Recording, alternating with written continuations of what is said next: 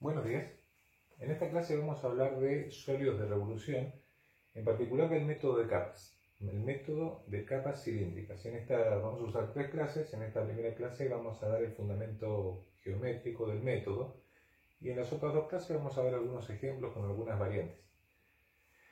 Bien, el problema que se intenta resolver aquí es cómo calcular el volumen de un sólido que se obtiene cuando una superficie plana, limitada por una función y igual a f de x, la recta x igual a, la recta x igual a b, que son los extremos del intervalo, y el eje x, esa superficie gira una vuelta completa con respecto a un eje, por ejemplo el eje y, generando, vamos a suponer que esta gira da un giro completo alrededor del eje de la Y, ese es su eje de giro, ¿bien? Y genera este sólido, un sólido parecido a esto, ¿sí? Espero que se entienda el dibujo. ¿Cómo obtener el volumen de este sólido?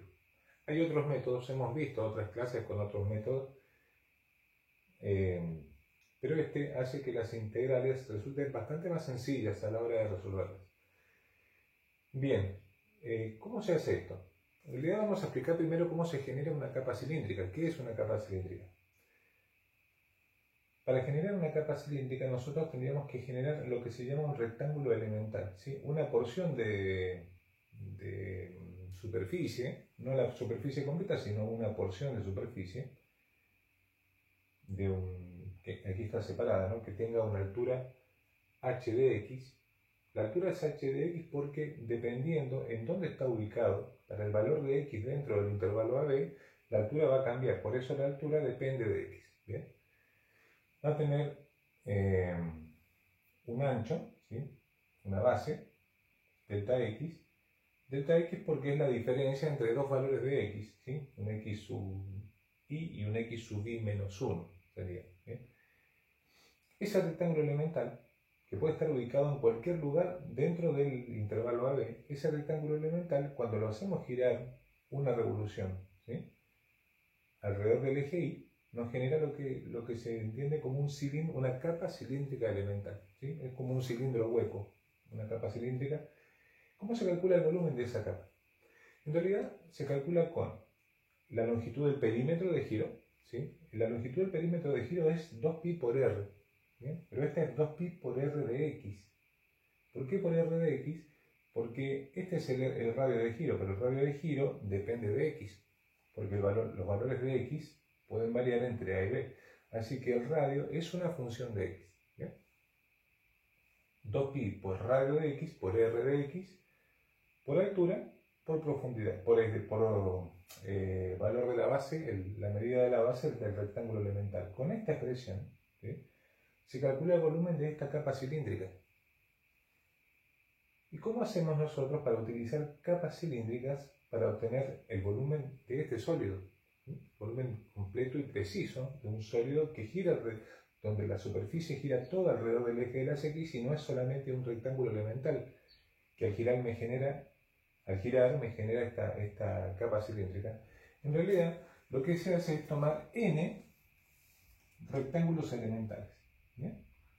Acá tenemos n, ¿sí? N puede ser 100, puede ser 1000, pueden ser 4, ¿bien? Es un valor. ¿Bien? Pero si nosotros tenemos n rectángulos elementales y insisto, este es el fundamento geométrico para que se entienda la idea del método. La descripción o el fundamento analítico es muy similar, o sea, cómo se generan estos rectángulos es muy similar a lo que hemos hecho en otras ocasiones con el cálculo de superficies o con el cálculo de volumen de sólidos de revolución también, pero con el método anterior. Entonces tenemos n rectángulos elementales que cuando giran y dan la vuelta completa alrededor del eje y, nos van a generar un sólido parecido. No quedó muy bien el dibujo, pero espero que se entienda la idea. Son capas cilíndricas concéntricas, n capas cilíndricas, ¿sí? Y el volumen de cada una de esas capas, ¿sí? Es esta expresión, ¿sí? Por supuesto, con distintos valores de radio y con distintos valores de altura. ¿Bien? Suponiendo que todos los cilindros tienen la misma base, el mismo valor de base, ¿no? Pero los valores de radio cambian, porque no es lo mismo que tome el primero, el segundo, el tercero. los valores del radio son distintos, ¿bien? Y los valores de altura cambian también, porque dependiendo en cuál de los rectángulos elementales estoy tomando, bueno, las alturas de los rectángulos elementales van cambiando, ¿sí? Son distintas, porque están limitadas por la función. Pero el caso es que con este sólido, un sólido formado por n cilindros elementales, nosotros podemos obtener un volumen aproximado, ¿no? Que es la sumatoria, es la suma de los volúmenes de todos esos cilindros. La sumatoria desde 1 hasta n de 2pi por r de x sub i, ¿sí? Este r de x sub i significa que es un radio variable, ¿bien? Es un radio variable que depende del valor de x. Y h de x sub i es una altura variable que también depende del valor de x. Por delta x sub i, que es la medida de la base de cada uno de los n rectángulos elementales. Bueno, entonces, ¿cómo se transforma este volumen aproximado en el volumen real? Lo que tengo que hacer, y esto está en concordancia con todos los otros métodos que hemos visto de cálculo de volumen o cálculo de superficies, es haciendo que n tienda a infinito, ¿sí? Tomando infinitos rectángulos elementales que como tienen que entrar todos en este intervalo, ¿bien? Lo que va a suceder es que las bases de los rectángulos van a tender a cero, ¿bien? Así que nos va a quedar el límite cuando n tiende a infinito desde 1 hasta n de 2pi, ¿sí? Por el radio de x sub i, ¿sí? El radio es en realidad, si lo miramos acá, el radio de x sub i cuando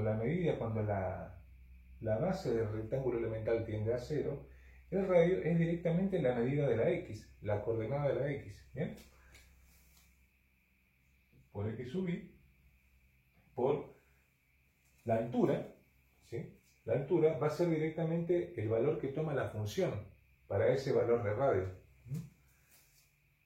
F de x sub i por delta x sub i. ¿Bien?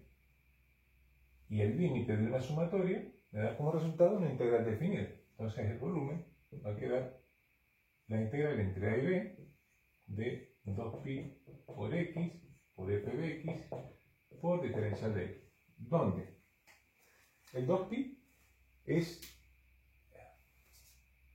2pi por r sería 2pi por x. X es el radio, x hace las veces del radio, ¿sí? La medida de la x, ¿sí? La coordenada en x que varía entre a y b es el radio de giro de cada uno de esos pequeños cilindros elementales. 2pi por r es la medida de la circunferencia, ¿sí? F de x es la altura del cilindro y diferencial de x es el ancho que tiende a 0. ¿Bien? Bueno, así nomás es. Esperemos que se haya entendido y en la segunda y tercera clase vamos a hacer algunos ejemplos de este método. ¿Bien? Hasta luego.